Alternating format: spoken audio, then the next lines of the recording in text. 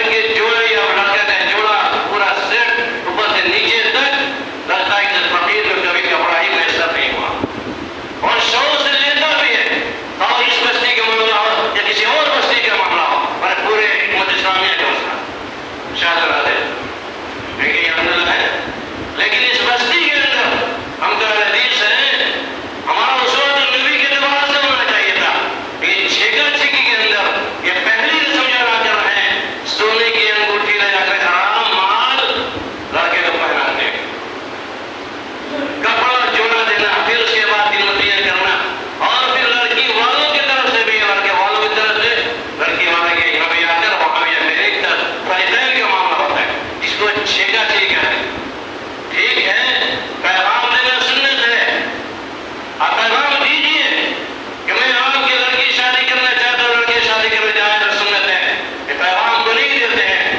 بات کرنے جاتے ہیں دن کا معاملہ ہو شادی کرنے کا کیا سسٹم ہوگا سارے طریقوں کو بات کرنے جاتے ہیں چھیکا چھیکی سسٹم یہ بدعت ہے اسی طریقے سے اس کے بعد مرحلہ آگے بڑھتا ہے جب نکاح کی بات کی شکل ہو جاتی ہے اس سے پہلے نکاح سے پہلے یہ نئی بدعت خصوصاً 5 سال 10 سال کے اندر میں دیکھ رہا ہوں اپنی بستی کے اندر ہلدی کی رسم کی ادائیگی بڑے زور شور سے ہو رہی ہے ہلدی کی رسم یہ مجوسیوں کی علامت ہے کیونکہ اس میں آگ کی پوجا ہو رہی ہے اور آگ کی پوجا کرنا مجوسی کی علامت ہے ہلدی کی رسم یہ ہے کہ آپ جانتے ہیں پہلے نمبر پر گھر کے سامنے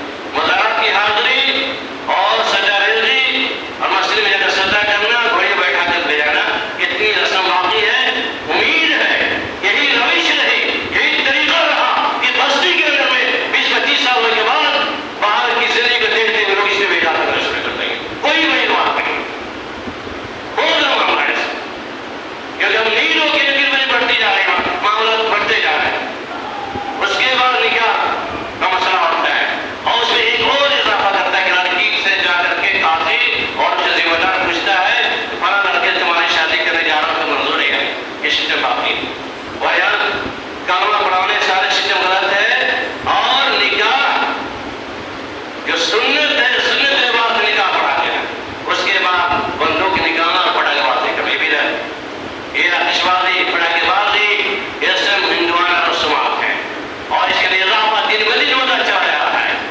اسی طریقے سے نکاح کے بعد کا مسئلہ ہے، اور اس سے پہلے جہیز کے مسئلہ رخصتی سے پہلے دیکھ لیتے ہیں۔ جہیز کا مسئلہ رخصتی سے پہلے ہے، اب تو اتنا اضافہ ہو گیا اللہ کی پناہ۔ پہلے لوگ کہتے تھے میں اپنی لڑکی کو سامان دیتا ہوں، مجھے تمہارا کیا بگڑتا؟ میں نے کہا میرا تو نہیں بگڑتا، تمہارا بگڑے آخرت کے اندر۔ اور لڑکے کے ساتھ ساتھ دولہے اور دلہن کے سامان کے ساتھ ساتھ لکڑی کا سامان، بلکہ وہ اپنے سمدھی اور سمدھیانی سمدھین کے لیے بھی لواشو دے رہے ہو۔